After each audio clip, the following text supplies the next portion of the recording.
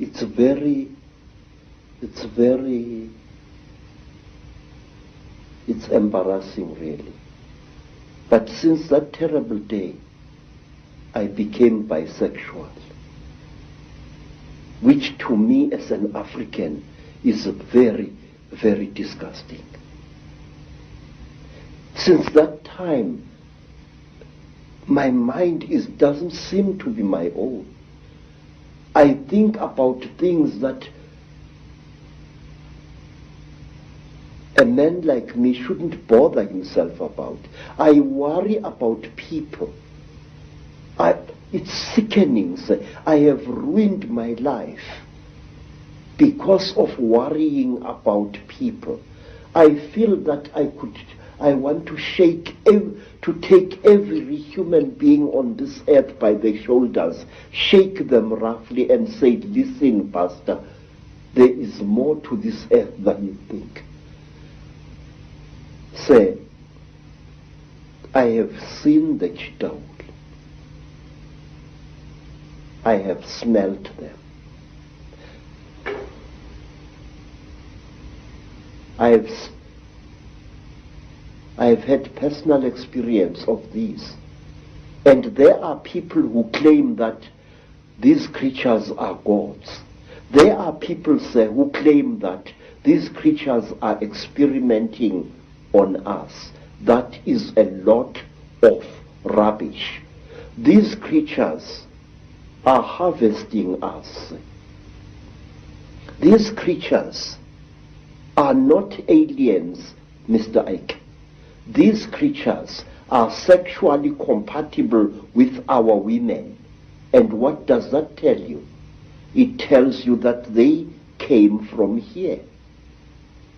They are part of us.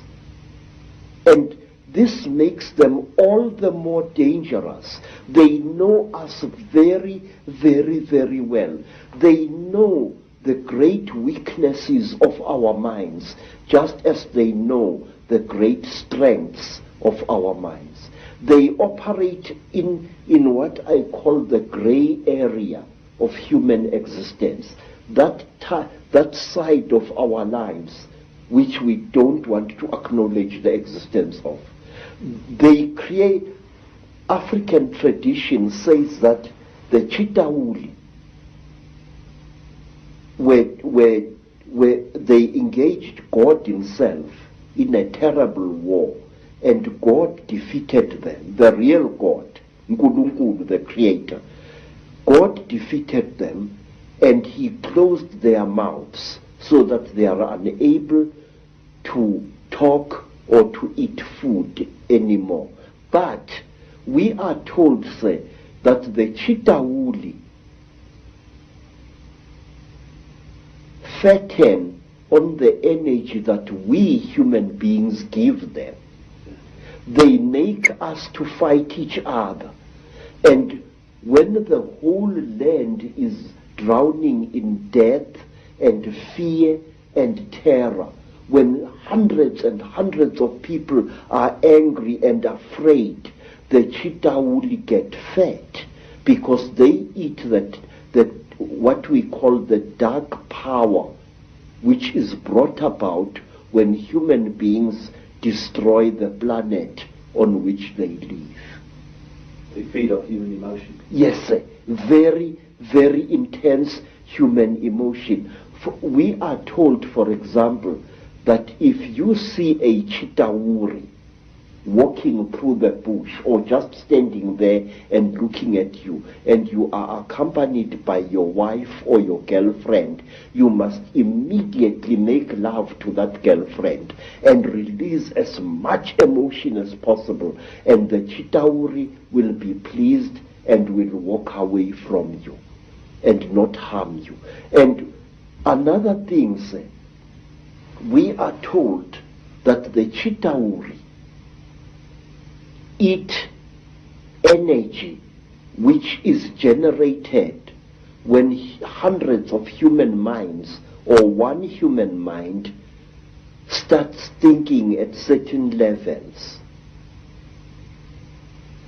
we are told that the Chitauri want us to think at certain levels. Certain wavelengths. Yes, sir. And they reward us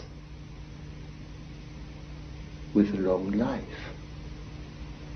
May I ask you, sir, have you ever thought as a thinking person, why is it that in the great universities of this world you find professors who think at certain levels and who live unnaturally long lives? Albert Einstein, Raymond Dart, Robert Broom, all these professors live a long, long time.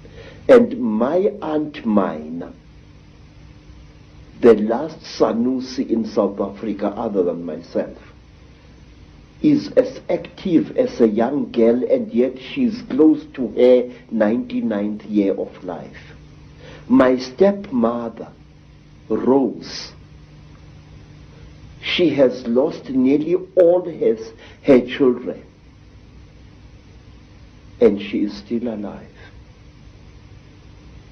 Extreme longevity is the reward with which the Chitauri reward you if you think at certain wavelengths.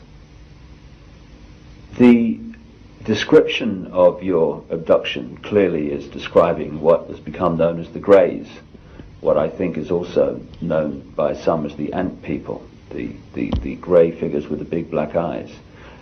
How do you think they connect in with the openly reptilian? And do you think that the black covers of the eyes are covering some kind of reptilian truth? Say, the so-called grey aliens are actually the lackeys and the servants of the Chitauri. If you see a Chitauri and you see this, there is very little racial difference. In fact, I will even go so far as to say this, that these creatures are actually the offspring of the Chitauri. The way they gather substances from human beings and from animals,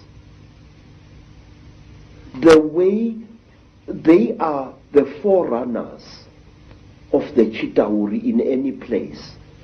And if you are very close to one of these creatures and you look into its goggle-like eyes, you will see round eyes, Mr. Icke, beyond this black goggle-like stuff. And these eyes are the real creature's eyes. Now let me tell you, there is in Lesotho a very strange mountain, a mountain called Leribe, Leribe. On this mountain, very amazing things happen after every 10-year or 20-year period. Now, not so long ago, an African farmer found an object near that mountain, an object which had crashed. And he was driving his tractor and he saw this strange object lying in the ground with tiny little bolts of lightning racing all around its edge. And the African walked up to the object, and when he wanted to touch it, a strange power struck him and sent him sprawling on his back to the ground. The African got onto his tractor and got out of there.